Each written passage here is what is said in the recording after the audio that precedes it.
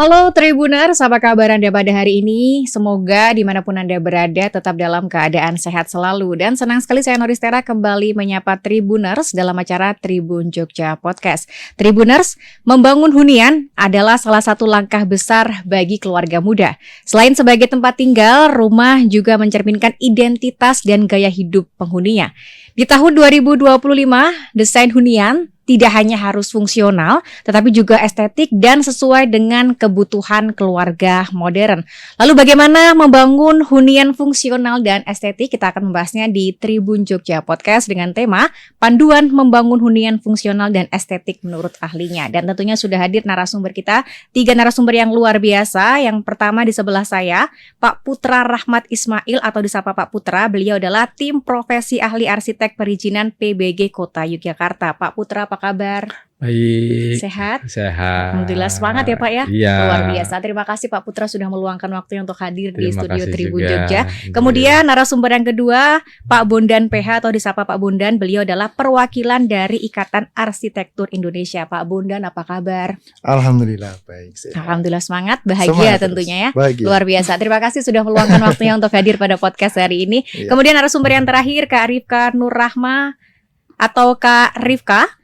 Beliau adalah store manager dekor rumah. Hai, Kak Rifka, apa kabar? baik, alhamdulillah. Alhamdulillah, semangat ya, bahagia Happy. tentunya. Happy dong. Luar biasa, terima kasih Kak Rifka Nur Fahma sudah meluangkan waktunya untuk hadir pada hari ini. Terima kasih sekali. Dan kita akan berbicara terkait dengan panduan membangun hunian fungsional dan estetik menurut ahlinya. Nah, saya mau bertanya ke Pak Bondan terlebih dahulu. Membangun hunian fungsional dan estetik itu yang seperti apa sih?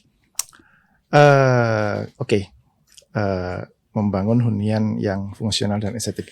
Jadi sebenarnya kalau kita berbicara mengenai desain bangunan ya, itu sebenarnya ada beberapa aspek yang perlu diketahui ya. Sebenarnya bangunan itu bisa disebut sebagai karya arsitektur ketika dia mempunyai 3 elemen utama. Yang pertama fungsional, kemudian kekuatan, kemudian estetika. Nah, kalau tidak memenuhi salah satunya berarti bukan karya arsitek kalau menurut saya ya, karena memang itu yang paling penting. Nah, fungsional dan estetik berarti menjadi 2 elemen utama tadi yang ditanyakan dalam karya arsitektur. Untuk fungsional jelas manusia sebagai penggunanya itu mempunyai aktivitas, mempunyai kebutuhan dia untuk diwadahi dalam bangunan itu. Jadi yang kalau kita bisa sampaikan itu fungsional, bisa dikatakan fungsional ya artinya bangunan itu bisa mewadahi kegiatan-kegiatan yang dilakukan oleh si penggunanya, yang diperlukan oleh penggunanya apa. Itu dulu secara dasar itu. Kemudian yang estetik itu adalah nilai plus bahwa memang arsitektur ini mempunyai nilai keindahan sehingga kita sebagai pengguna atau penikmat bahkan cuman hanya melihat aja itu merasa oh ini sebuah karya bukan hanya sebuah produk kayak gitu ya. Jadi bukan produk yang bisa dijual banyak atau apa, tapi memang karya yang bisa kita nikmati, mempunyai nilai-nilai estetika ya, yang itu tentu dengan perencanaan pasti nilainya menjadi lebih tinggi daripada yang tidak direncanakan. Jadi kalau dalam kaitannya bangunan yang fungsional dan estetik artinya bangunan yang bisa mewadahi kegiatan, keperluan, kebutuhan dari pengguna terutama, dan juga kalau estetik ya itu tadi mempunyai nilai estetika, nilai seni yang lebih daripada yang lain yang tidak direncanakan tentunya. Oke, baik, terima kasih Pak Bunda. Nanti kita sambung lagi sama bertanya kepada Pak Putra. Mungkin Pak Putra mau menambahkan terkait dengan gambaran rumah yang fungsional dan estetik ini seperti apa nih Pak Putra? Ya, terima kasih ya. Nambahkan apa yang menarik yang disampaikan Mas Bondan ya sebagai arsitek. Kebetulan saya juga arsitek, Mbak. Jadi, tapi kebetulan juga kita mendapat tugas sebagai tim profesi ahli di Kota Jogja terkait dengan perizinan. Terlepas dari apa itu sebuah desain, ketika desain itu sudah dibangun atau mau dibangun, maka yang perlu diperhatikan ada bagaimana dia memenuhi kaidah-kaidah regulasi yang ada dan kaidah-kaidah keandalan bangunan. Nah, itu yang paling penting. Apa itu keandalan bangunan? Keandalan bangunan kalau biasa kita sebut itu 4K. keselamatan, kesehatan, kenyamanan, dan kemudahan. Nah, pastinya seorang arsitek harus mengarah ke situ ketika mendesain. Jadi dia harus memperhatikan keselamatan bangunan itu terhadap penghuninya, terhadap siapapun yang ada di sekitarnya dan lingkungannya, nah, termasuk kesehatan juga. Nah, jadi tidak hanya sekedar estetik sebenarnya, tapi memadukan 4 hal tadi. Nah, kenapa harus selamat? Kita, terutama di Jogja ya, di IE itu kan sekarang merupakan daerah dari dulu pun termasuk daerah rawan gempa, rawan bencana ya paling enggak kan. Yang paling pernah kita rasakan gempa di tahun 2006. Betul. Nah, orang bisa membangun, siapa aja bisa membangun, tapi secara keteknikannya dia perlu seseorang yang punya kompetensi. Nah, makanya ketika mendesain itu pun kita harus memperhatikan keteknikannya berkaitan dengan keselamatan, sehingga jangan sampai ntar kita yang sudah berinvestasi mahal terhadap bangunan kita, terutama anggaplah rumah tinggal ya, tapi itu rumah itu sendiri mencelakakan kita, kan tidak ingin kita seperti itu. Nah, makanya ketentuan-ketentuan regulasi itu sangat dipahami oleh seorang arsitek, karena dia yang bertanggung jawab. Jadi estetika itu penting, fungsional itu pasti, keandalan bangunan itu yang harus kita tingkatkan lagi, kita pahamkan ke masyarakat. Mungkin itu ya tambahan dari saya. Oke, luar biasa, terima kasih Pak Putra. Nanti kita sambung lagi sama pertanyaan pada Kak Rifka Nurfahma. Beliau adalah store manager Dekor Rumah. Kak Rifka, terkait dengan pemilihan furniture dan juga interior nih, yang sesuai dengan hunian fungsional dan estetik itu yang gimana nih Kak Rifka kira-kira? Sebenarnya kita kan kalau rumah itu kan sebenarnya kebutuhan penting kita ya, termasuk kesandang pangan gitu kan. Dan juga walaupun kadang-kadang orang berpikir rumah itu apa sih rumah, tapi tetap itu kita pulang kerja apa-apa langsung ke rumah dan tempat istirahat. Jadi kalau menurut aku sih fungsional rumah, penataannya Furni itu terutama yang paling penting adalah yang kita harus pikirkan adalah bedroom, tempat tidur. Karena kita di mana-mana kan dari ganti baju di bedroom, ruangan dress kita di satu lingkup sama ruang bedroom gitu kan, di ruang tidur kita. Mandi juga mungkin ada kamar mandi dalam di situ kan. Jadi semuanya di situ. Relaxing juga di tempat tidur. Yang kedua adalah kitchen. Gitu kan. Dimana kita memasak, masakan juga harus bersih segala macam. Jadi harus benar-benar dikondisikan gitu kan. Pemilihan furninya gitu. Jadi setiap ada customer yang datang ke Dekor Rumah itu aku sampaikan gitu Kak. Jadi mau milih yang mana furninya?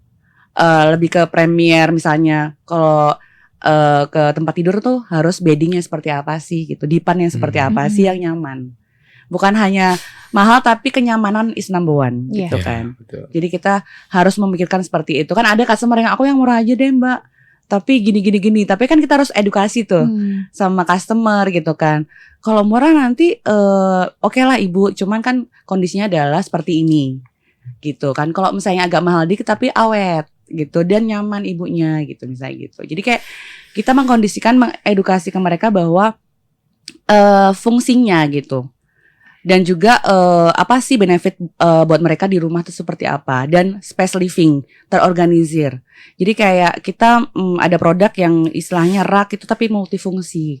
Jadi mungkin dia punya rumah yang space-nya agak kecil gitu kan. Kita punya produk yang misalnya rak yang bisa tempat sepatu plus tempat buku misalnya, atau tempat duduk tapi plus rak sepatu misalnya. Jadi bisa including semua kebutuhan mereka masuk ke situ. Jadi kita tawarkan beberapa produk yang bisa berfungsi secara banyak, nggak cuma satu.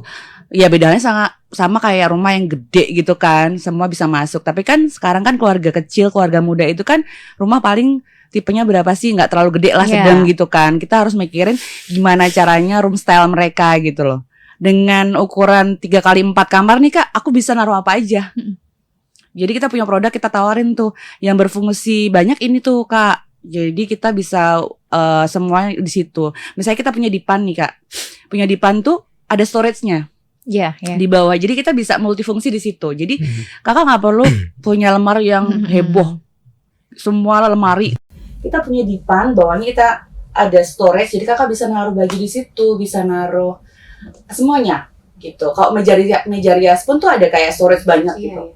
Jadi kayak kita memberikan solusi sama teman-teman yang customer kita gitu, supaya juga dengan rumah yang kecil kalian bisa punya furni yang luar biasa dan juga estetik dan fungsional. Oke. Kayak Karena gitu. mungkin kebanyakan orang ya uangnya ini udah habis buat bangun rumah sama beli Betul. tanahnya. Jadi belum kepikiran sampai Ke furni. furniture jadi kayak masih kosongan gitu, kebanyakan kan kayak gitu ya. Iya, Nah, iya, benar. saya mau tanya ke Pak Bondan terlebih dahulu nih ya. Kalau menurut Pak Bondan sendiri nih ya, misalkan ada anak muda atau keluarga muda ini mau bangun rumah nih, hal apa sih yang harus dipertimbangkan untuk pertama kali sebelum membangun rumah nih? Silahkan.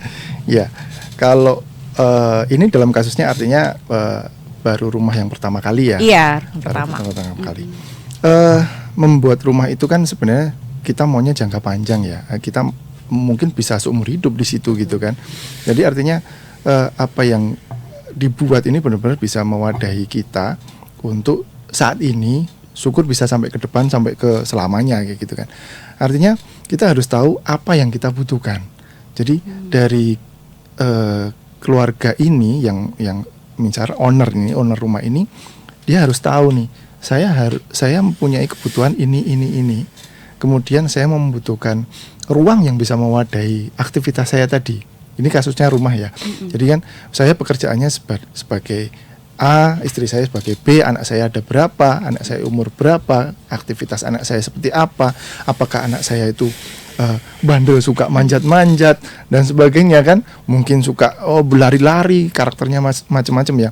Jadi itu yang harus disampaikan dulu, dikumpulkan dulu dalam sebuah mungkin catatan. Ini catatan banyak, itu kayak pokoknya sedetail mungkin kayak gitu kan. Jadi jangan sampai ada yang terlewat apa yang dibutuhkan. Setelah itu, nah baru bisa disampaikan ke desainer, arsitek dalam hal ini ya. Nah, seorang arsitek pasti akan menerima semua data tadi. Semakin detail, semakin senang, karena itu pasti akan berpengaruh pada proses perancangan nanti, biar tidak ada yang terlewat kayak gitu. Jadi kalau dari customer atau owner sendiri, tentukan dulu kemauannya seperti apa, yang dibutuhkan seperti apa yang dibutuhkan saat ini maupun jangka panjang. Kadang-kadang ada juga owner yang rumah itu ada hanya sementara, mungkin ada ya. Jadi nanti kalau anak saya lebih gede, saya akan cari lahan lagi gitu kan, karena lahan yang sekarang saya cukupnya belinya, duit saya cuman muat sekian meter persegi gitu kan. Tapi ya ada juga yang itu memang untuk jangka panjang. Jadi yang perlu apapun itu, mau rencana jangka pendek, jangka panjang, tapi harus sudah tahu dulu dia ini maunya apa, kebutuhannya apa. Karena nggak jarang ya ada beberapa klien ke kami itu dia sendiri nggak tahu nih kebutuhannya apa. Jadi kami sendiri juga bingung. Saya harus membaca, memetakan. Oh, bapak ini ternyata interogasinya lebih panjang jadinya, karena mungkin dari beliaunya sulit untuk mengutarakan, tapi sebenarnya ada keinginan itu, cuman mengutarakannya nggak bisa. Jadi dari kami sebagai arsitek harus bisa gimana caranya mengorek informasi itu tadi. Nah, pentingnya ke arsitek ya itu. Kadang-kadang orang nggak bisa mengutarakan maunya apa, langsung ke pelaksana, nanti jadinya nggak tahu kayak gitu kan. Oke. Saya mau bertanya kepada Pak Putra, tadi menyambung soal desain rumah yang andal tadi Pak ya. Nah, soal legalitas dan juga administrasi nih Pak, apa sih Pak yang sering kali mungkin terlupakan, padahal itu penting untuk menjamin keandalan rumah itu sendiri Pak? Ya, terima kasih. Jadi kalau kita bicara apa yang disampaikan Mas Bondan ya sebagai arsitek, memang sebaiknya masyarakat ketika ingin membangun apalagi rumah tinggal ya, rumah tinggal itu sebenarnya sangat simpel perizinannya sekarang. Kalau sekarang kan bahasanya kan persetujuan bangunan gedung ya, bukan IMB lagi ya. Jadi mereka sebenarnya cukup mencari arsitek. Nanti arsitek yang akan mengolah semuanya, dan arsitek itu harus tahu, harus bisa untuk ngurus izinnya juga. Karena sistemnya sudah computerized. Pakai sistem website ya. Kita nggak perlu harus datang ke dinas tertentu, cukup lewat website mengajukan perizinan, selesai. Jadi kuncinya adalah di standar gambarnya. Nah, itu bisa dilakukan oleh seorang arsitek yang sudah berlisensi, karena dia akan menandatangani gambar itu. Nah, dan syarat gambar itu juga harus arsitek yang mempunyai sertifikat, sertifikat keahlian atau kompetensinya. Nah, tanpa itu gambar itu tidak akan bisa dilanjut untuk diajukan perizinannya. Nah, makanya harapan kami ya di pemerintahan juga ketika masyarakat membangun sesuatu ya sebaiknya carilah arsitek sebagai penanggung jawab bangunannya, apalagi untuk rumah tinggal itu cukup cari arsitek saja, selesai. Jadi tidak perlu cari lagi di luar arsitek lah, dari cukup, karena yang diperlukan cuma gambar desain, gambar teknis, dan juga persyaratan siapa penanggung jawabnya. Nah, ketika dia sudah mempunyai seorang arsitek bersertifikat, ya cukup sudah itu. Seperti yang Mas Bondan ini juga seorang arsitek sudah bersertifikat ya, tentunya. Nah, masyarakat datang ke Mas Bondan, mereka mendapatkan desain yang memang sudah tadi begitu banyak prosesnya yang arsitek mau lakukan ya, artinya masyarakat teredukasi. Betul. Mereka pengennya gimana bisa diarahkan sampai ibarat kita tuh kalau punya perencanaan keuangan. Betul. Keuangan yang direncanakan pengeluarannya sama yang tidak direncanakan, mungkin yang tidak direncanakan lebih mahal biasanya kan. Betul, kita keluarnya. Ya, tapi kalau dari rumah kita udah bawa uang 100.000, saya pengen ke supermarket, pokoknya belinya ini cukup nih. Tapi kalau kita ke supermarket uang 100.000 rencana, tapi nggak pernah direncanakan, mobilnya tiba-tiba ada ini pengen ini ambil, tahu berapa 500.000 nih keluar. Itu yang terjadi sebenarnya sekarang. Nah, kalau kita merencanakan sesuatu dari awal sudah fix dan itu yang kita mau, kita bisa membudgetkannya dan malah bisa merencanakan berlanjut, apakah cukup sekian, besok kayaknya masih cukup deh ini, saya tambahin lagi untuk ini. Betul. Itulah gunanya ketika kita merencanakan sesuatu dengan perencana atau seorang arsitek desainer itu. Jadi pentingnya merencanakan sesuatu sejak awal gitu ya Pak Putra. Terima kasih. Saya mau bertanya ke Kak Rifka. Kak Rifka, kalau mau milih furniture yang awet nih tapi low maintenance tuh kayak gimana? Tipsnya seperti apa ini Kak? Awet tapi low maintenance. Yeah. Pertama nih, biasanya aku tanya sama customer. Anak-anakku pasti aku kasih tahu bahwa tanya dulu. Mungkin kita ada sofa mahal misalnya, katakanlah Carrel lah di Korma tuh. Dia harga 20 jutaan gitu kan. Tapi aku tanya dulu, kakak ada hewan peliharaan atau mungkin kucing, anjing gitu kan. Kita harus tanya dulu. Kalau dengan bahan woven fabric kakak mau ini, takutnya nanti rusak. Jadi kita harus tahu tuh karakter customernya tuh punya hewan peliharaan apa enggak, ada anak kecilnya banyak apa enggak, atau ada orang tua di rumahnya atau enggak gitu. Jadi supaya kita juga bisa tahu nih, memberikan solusi buat mereka yang cocok buat mereka tuh apa sih furningnya, supaya mereka juga timeless gitu, menggunakannya tuh awet sampai 10 tahun ke depan gitu kan, nggak cuman beli mahal tapi rusak setahun gitu kan. Makanya aku tanya, kalau ada hewan peliharaan semacam kucing atau anjing, mohon maaf kakak mungkin bisa ke kulit yang mungkin lebih kuat gitu kan. Kalau ke fabric mungkin karena kucing kan sifatnya mencakar, gampang rusak. Ya istilahnya katakanlah kakak beli 20 juta, 30 juta tapi sehari rusak kan istilahnya kayak gondok gitu ya. Rugi itu pertama sih gitu kan. Kalau dari low-nya kan istilahnya katakanlah kan customer sekarang standar ya Kak, Furni itu harganya ya mungkin 10 sampai 20 juta tuh one bundling lah ya gitu ya, one set dengan coffee-table-nya gitu kan. Tapi kan kita memberikan solusi di mana supaya awet tuh gimana gitu dengan cara ngebersihinnya seperti apa gitu kan. Kalau yang gampang ya leather gitu kan, kulit. Karena cuman dengan microfiber kita kasih air bersih udah dilap aja, kelar gitu kan. Tapi kalau untuk fabric itu kan lebih more effort untuk bersihinnya. Iya, karena harus ngundang untuk vakum segala macam gitu kan, dan spend money-nya lebih gede gitu kan. Jadi aku berusaha untuk memberikan solusi gitu sama customer aku. Kakak maunya kayak gimana? Yang gampang atau yang susah gitu kan. Tergantung di rumah. Kalau ada anak kecil nih beli Tenzo gitu, produk yang Furni luxury gitu, harga satu bandel 50 juta. Anaknya suka loncat-loncat, ambrol.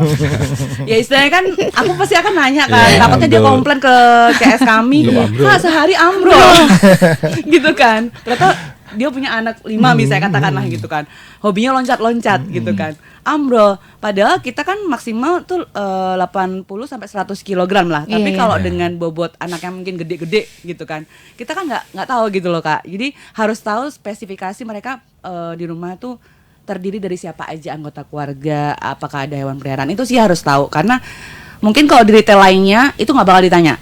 Tapi kalau di kami pasti akan kulik ya, sama kayak kamu Mas gitu Pak. Di rumah tuh ada anak kecil nggak sih gitu loh. Terus supaya timeless tuh, supaya awet harus gimana? Jadi harus benar-benar kayak deeply menanyakan ke customer. Jadi mereka itu tahu dan mantap untuk membeli furnitur yang seperti apa. Sama seperti rumah gitu loh. Jadi kayak gitu sih. Jadi akan lebih enak dan tidak ada komplain ke depannya. Oke, luar biasa sekali. Terima kasih Kak Rifka. Nanti kita sambung lagi. Tribuners, jangan kemana-mana. Kita akan kembali setelah yang satu ini.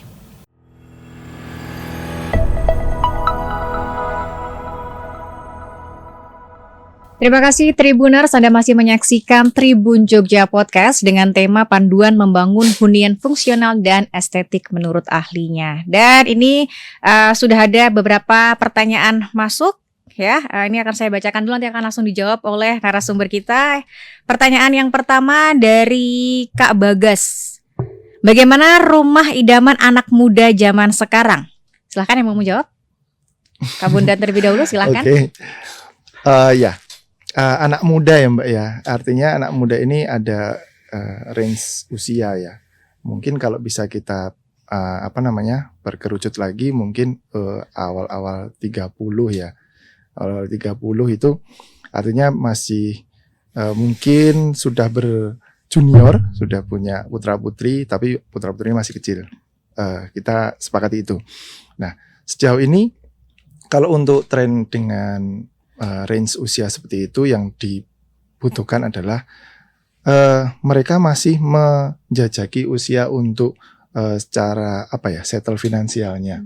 Artinya rumah yang dikehendaki adalah rumah-rumah yang saat ini bisa mereka capai dengan kondisi finansial mereka. Yaitu nggak terlalu besar, kemudian aktivitas-aktivitas mereka juga bisa terwadai di situ, di mana saat ini pekerjaan itu banyak banget ya, tidak hanya pekerjaan kantoran yang 9 to 5 kayak gitu kan, tapi ada yang mencari nafkahnya di rumah, mungkin di mana saja, work from everywhere gitu kan. Jadinya rumah ini selain juga menjadi tempat untuk beristirahat, untuk kehidupan keluarga mereka, ada juga fungsi tambahan yaitu sebagai barangkali bisa jadi aktivitas sampingan yang itu mungkin bisa jadi pekerjaan atau hobi atau yang lain-lain. Jadi benar-benar rumah tidak hanya sebagai tempat beristirahat, tapi untuk hidup, benar-benar hidup di situ. Itu banyak sekali saat ini. Jadi kalau dari jenis rumahnya, rumah-rumah dengan style yang modern, kontemporer, dengan style-style yang clean, cat-cat warna putih gitu kan, putih, abu-abu. Kemudian kalau untuk furniture ya mungkin Mbak nanti bisa tahu bahwa warna-warna yang kayu-kayu yang terang kayak gitu kan. Karena apa? Karena dengan warna-warna terang tentu kita sepakat bahwa ruangan akan terlihat lebih luas, lebih lapang. Ada kacanya. Betul, gitu. Ada cerminnya, ada kaca gitu. Jadi view-nya itu benar-benar bisa. Dan itu yang disenangi oleh kaum-kaum muda, di mana mereka berangkat dari keterbatasan mungkin finansial dan luas lahan. Itu sih sebenarnya. Oke, luar biasa sekali. Terima kasih Pak Bondan. Pertanyaan yang kedua ini dari Kak Ida Ayu. Kak Ida ya. Bagaimana caranya biar nggak terjebak sama tren interior rumah yang cepat ketinggalan zaman? Kan kalau dekor rumah itu kesannya Jepang banget ya Kak ya. Oke, berarti ini langsung untuk Kak Rifka ini pertanyaannya. Gimana nih Kak Rifka? Silakan. Sama kayak rumah dan arsitek ya Mas Bondan tadi ya. Supaya tetap awet dan timeless, kita warna-warna colornya itu yang natural ya, kayak grey, white gitu kan. Kalau misalnya kadang tuh kalau misalnya customer kita kan suka warna pop gitu ya. Misalnya Kak aku tuh pengen mix sama warna pop, cuman kalau pengen timeless ya kamu harus combine sama warna dark or grey atau beige gitu kan ya. Jadi kayak misalnya kita ada produk namanya Porto itu warnanya pop banget kayak saddle gitu, warna orange kayak agak brown gitu kan. Tapi kalau pengen timeless dan tetap ngikutin tren, kamu harus combine sama warna yang gelap gitu kan. Jadi suasana di misalnya living room nih, dia punya sofa bed L gitu kan.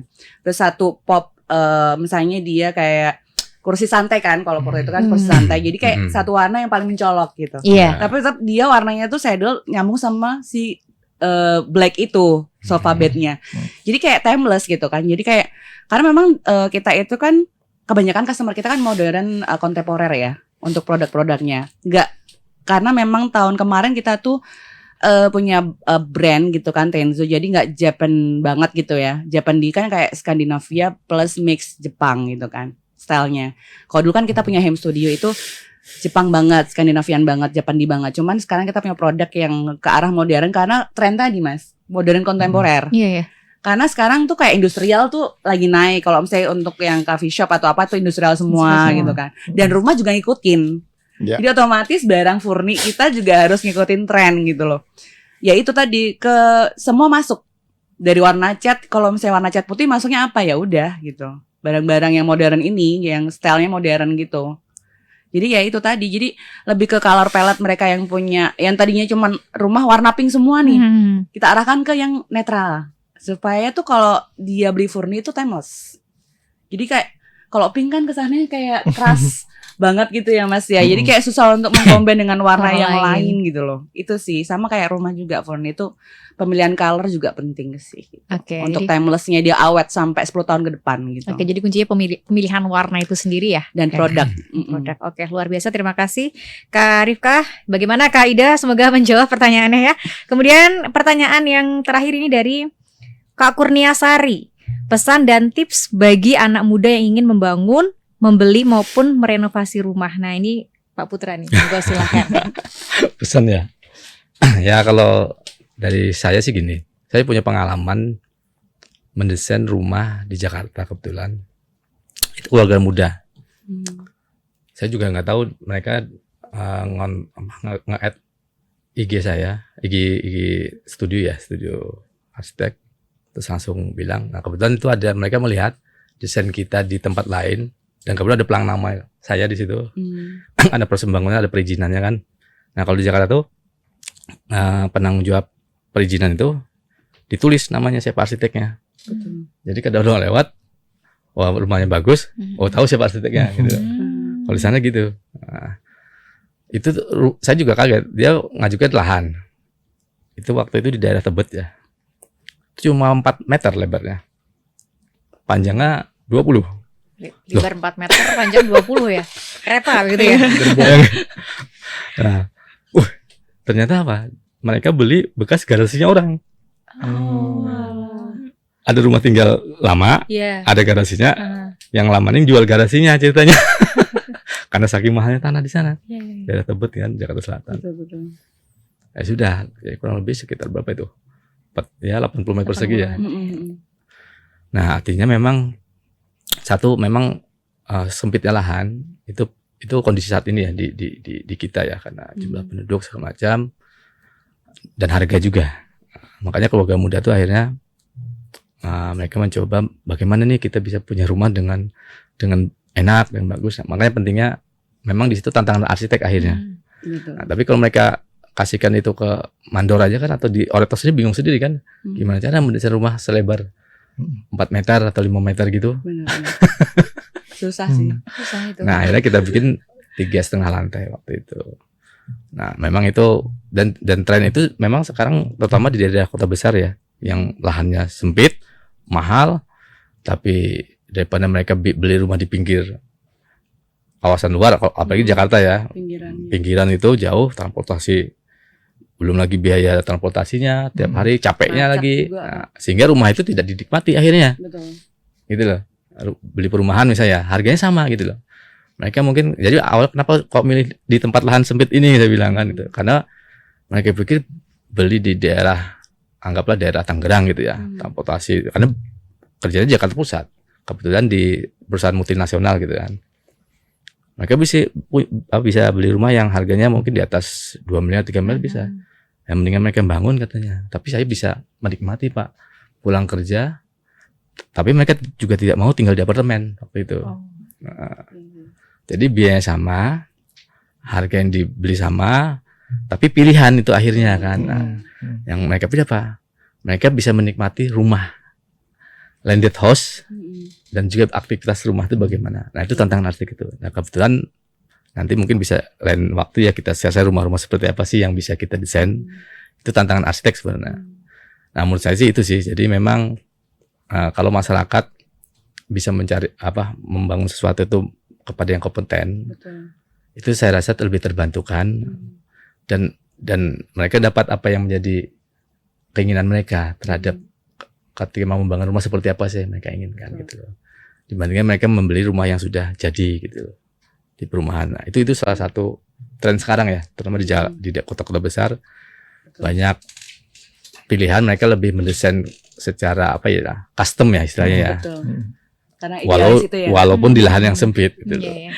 Benar-benar. Mungkin gitu ya kali ya. Oke. Sempit banget itu. Oke, terima kasih Pak Putra. Nanti kita sambung lagi. Semoga menjawab tadi pertanyaan dari Kak Kurnia Sari ya. Dan kita akan melanjutkan perbincangan. Saya mau bertanya kepada Pak Bondan, apa sih Pak yang harus dipertimbangkan ketika mau bikin rumah nih yang jadi nggak hanya nyaman, fungsional, estetik, tapi juga hemat energi gitu. Apa yang harus dipertimbangkan? Ya, oke. Bangunan itu kan yang dicari sebenarnya salah satunya nyaman ya. Kadang-kadang kalau ngomongin soal energi ini kan dia dipakai untuk menunjang beberapa fungsi kenyamanan tadi ya. Wah, rumahnya pengap, sumuk gitu kan. Oh, harus pakai AC ya kan. Terus macam-macam selain itu energi-energi.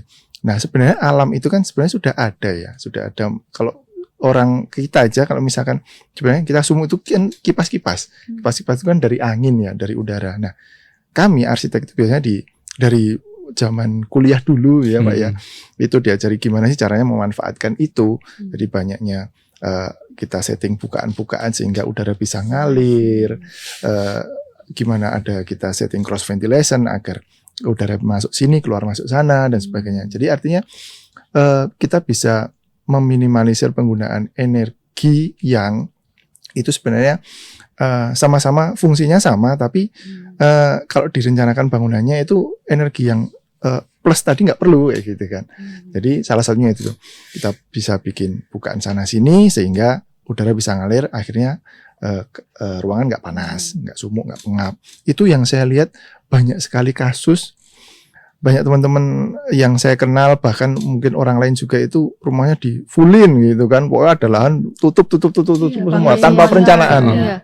Akhirnya ngeluh, wah rumah saya pengap, rumah saya lembab, rumah saya ini dan sebagainya macam-macam. Ya nggak ada perencanaan, artinya gitu kan. Nah, untuk hemat energi ya itu tadi perencanaannya seperti apa. Kalau untuk lighting berarti kita harus tahu nih, oh arah matahari di Indonesia tropis itu dari mana ke mana, di sesi ini, di bulan ini, dia dari mana ke mana, sehingga kita bisa menangkap, oh cahayanya dari sini, berarti kita bisa taruh bukaan di sini.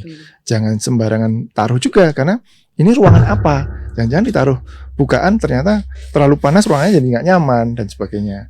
Ada kan sekarang tren tuh, ada apa, skylight ya, skylight, banyak banget dimasukin, tar dulu, ini ruangannya di bawahnya panas banget nggak?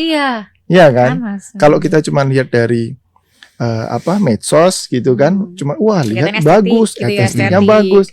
Pas dibuat tanpa perencanaan yang benar, di bawah itu bisa panas banget kayak gitu kan. Sauna dong. Sauna, iya kan? Bukan sauna. Jadi gak hemat energi ya nanti. Jadi hemat energi, butuh AC lagi gitu kan. Mungkin butuh kalau ternyata saya nggak mau terlalu panas, bukanya ditutup semua, jadi banyak lampu. Nah, kan sama saja. Jadi kita di dalam perjalanan untuk menjadi seorang arsitek dibekali ilmu-ilmu seperti tadi untuk memanfaatkan apa yang sudah alam sediakan untuk kita ke dalam bangunan itu, sehingga meminimalisir energi-energi tambahan yang membuat bengkaknya biaya. Setuju banget. Oke. Mungkin dari Pak Putra mau menambahkan? Wah, saya nambahkan terus nih. Ya, apa yang disampaikan Mas Bondan tuh memang ya kita sebagai arsitek memang diberikan bekal yang cukup panjang terkait dengan penataan tuh tidak hanya sekedar ruang lingkupnya tuh di ruangan yang kita tempati, tapi bagaimana kita melihat lingkungan sekitar kita seperti apa, tanggung jawab sosial dengan lingkungan juga seperti apa. Sehingga dalam membangun tuh ya kalau bisa kita tetap melihat kiri kita siapa sih, kanan kita siapa sih, ada bangunan apa sih, ada terbuka kah, tertutup kah, sampai ke di lahan yang kita tempati pun kita harus tahu ini sebenarnya benar-benar bisa dibangun nggak sih? Betul. Jangan-jangan dibeli tapi nggak bisa dibangun. Akhirnya kita kejebak pada situasi itu. Artinya ujung-ujungnya ya itu proses perizinan yang nggak keluar. Punya rumah, apalagi yang sering terjadi tuh gini. Ini mungkin kasus-kasus dulu ya. banyak developer yang terutama di DIY itu mereka tidak mengerti tata ruang, membeli lahan, terus mengembangkan, menjualnya sudah laku, tapi ketika proses perizinan tidak bisa keluar. Akhirnya yang dirugikan oleh masyarakat. Betul. Apa artinya? Karena ternyata lahan itu lahan hijau. Nah, ketika sudah di lahan hijau, bagaimanapun tata ruang itu tidak bisa dirubah dengan sekejap mata kan, karena yang mengeluarkan adalah pemerintah daerah dan dalam artian sudah sesuai ketentuan yang ada dan dijaga. Nah, akhirnya kalau masyarakat tidak mendapat informasi yang utuh, itu tadi yang terjadi. Yang dirugikan siapa? Masyarakat lagi. Apalagi mungkin itu satu-satunya, karena kaitannya ketika izin nggak keluar, kalau misalnya itu proses pembelian bangunan atau proses bangunan itu menggunakan uang kredit ya istilah bank, mereka nuntut izin itu sebagai syarat KPR, untuk keluar KPR, KPR-nya kan. Betul. Gitu. Nah itu salah satunya, makanya sebaiknya masyarakat yaitu kita edukasi, carilah seorang arsitek dalam membangun, dan itu tidak ada istilah apa istilahnya arsitek itu mahal apa enggak, tapi itu pada kompetensinya dan pada tanggung jawabnya. Nah, itu yang Mas Bondan tadi katakan kan, banyak ilmu yang kita coba pahami kan di situ, termasuk sebenarnya tujuannya apa? Membantu pemerintah dan masyarakat sebenarnya arsitek itu. Pemerintah terbantukan karena teredukasikan tentang regulasi yang ada, masyarakat juga tidak terjebak pada kondisi apa itu ketika kita sudah melakukan sebuah proses perencanaan. Berarti kan dia udah tahu dari awal, oh ternyata seperti ini toh. Jadi tidak terjebak pada ya kasus-kasus di mana terjadi misalnya ada ditipu dalam proses pembangunannya, konstruksinya disalahgunakan dan segala macam lah yang terjadi. Ya mungkin itu ya dari saya. Baik, terima kasih Pak Putra. Saya mau bertanya ke Kak Rifka, kalau produk furniture yang saat ini lagi favorit ini untuk anak muda maupun keluarga muda ini apa ini Kak? Mungkin kalau misalnya past years gitu kan, mungkin Japanese style, Scandinavian gitu ya yang tren. Cuman sekarang masih tren juga Scandinavian sama Japanese. Cuman sekarang lebih ke modern kontemporer sih Kak. Jadi kayak mereka punya living room itu yang pengen luas tapi dengan kayak gimana sih? Kayak tadi kayak dengan kaca, cermin, mirror gitu kan. Warnanya putih. Jadi kan dengan kondisi keluarga muda kecil ini kan rumahnya nggak terlalu besar. Jadi kayak mungkin aku kasih kayak trend item furni yang mungkin bisa timeless di mereka, dan aku kasih masukan misalnya catnya, mungkin aku sampai bilang ke color palette catnya juga gitu loh. Kalau bisa color, mungkin kan dia masih renovasi rumah dan finishing rumah ya. Kakak kalau misalnya bisa sih, kalau pengen tampak luas itu kakak bisa tambahin cermin. Mungkin 1-2 cermin di arah sini-sini. Jadi ntar memantulkan cahaya sehingga terkesan luas, aku bilang gitu. Terus kayak warna putih natural itu juga memperlihatkan keluasan itu. Jadi kayak orang-orang lihatnya luas ya living room dulu gitu kan, padahal cuman sekecil itu gitu kan. Kayak gitu, kayak kesannya seperti itu. Jadi kayak diakalinnya kayak gitu dengan furni yang seperti ini. Jadi kayak timeless pertama, kedua kamu nggak perlu punya ruangan yang super duper luas untuk menunjukkan ini loh living room gue luas banget, tapi dengan ruangan yang secukupnya kamu bisa menampilkan living room yang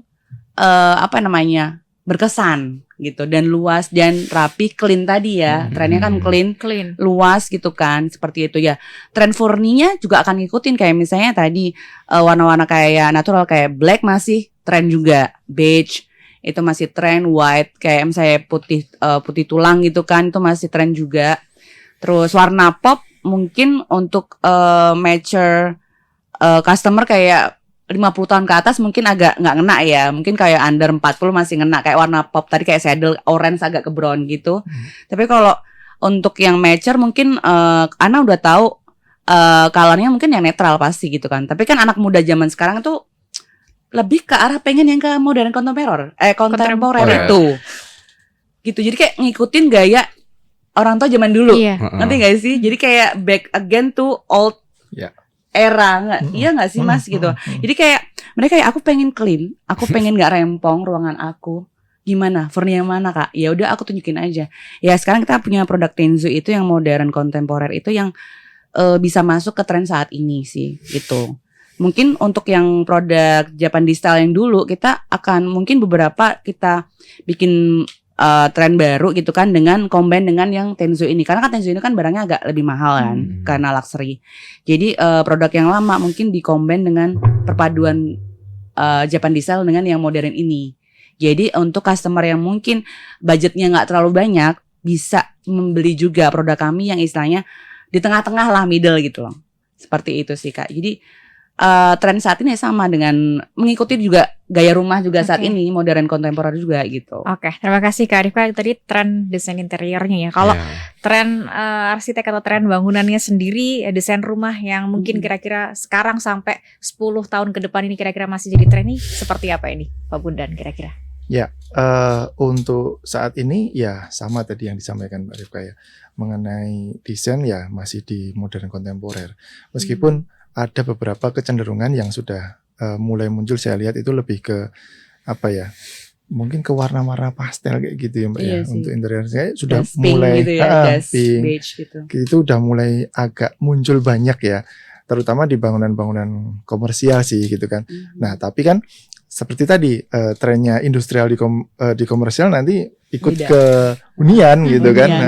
Ini mungkin nantinya pun akan seperti itu. Jadi mulai banyak yang kalau kembali ke zaman dulu lagi. Jadi kayak dulu kan banyak tuh, kalau mungkin Mbak pernah lihat ada bangunan yang dindingnya ditempelin keramik kecil-kecil kayak gitu kan. Sekarang mulai naik lagi tuh. Ya, jadi kayak berputar ya untuk tren itu ya. Jadi kita mau kembali lagi ke dulu tapi dengan taste yang saat ini modern itu. Oke, baik, terima kasih Pak Bondan. Pertanyaan terakhir untuk Pak Putra nih Pak ya, di mana nih Pak kalau misalkan ada yang mau bangun rumah nih, di mana kita bisa mencari arsitek yang legal ini Pak? Oh gitu ya. Baik, sebenarnya kalau mencari arsitek itu memang saat ini kalau di DIY itu bisa melalui website lisensi.iai/diy.com. Itu bisa, di situ ada secara website itu sudah ada apa istilahnya daftar arsitek berlisensi. Saat ini hampir 107 arsitek berlisensi sudah terdaftar di situ. Nanti target kita mungkin ya sampai, karena anggota IAI itu kurang lebih hampir 1000 sudah. Nah nantinya memang kedepannya arsitek itu juga bisa nambah plang Pak, praktek arsitek. Oh, kayak notaris berarti ya? Ya, nanti kalau masyarakat mencari yang legal ya, ketika ada mereka memasang plang di tempat mereka menjual jasanya atau berpraktek ya berarti itu legal itu. Karena di situ ditulis nanti nomor register arsiteknya berapa, nomor license-nya berapa. Nah, artinya dia memang arsitek. Nah, yang kedua, ketika dia ngasih kartu nama atau mengenalkan diri, kalau dia bisa berani menambahkan di depan namanya AR, artinya arsitek, kayak dokter ya. Kalau sudah dapat, ada dokternya kan. Tapi nggak semua dokter juga nambah nama. Tapi kita juga bagian dari sosialisasi ya.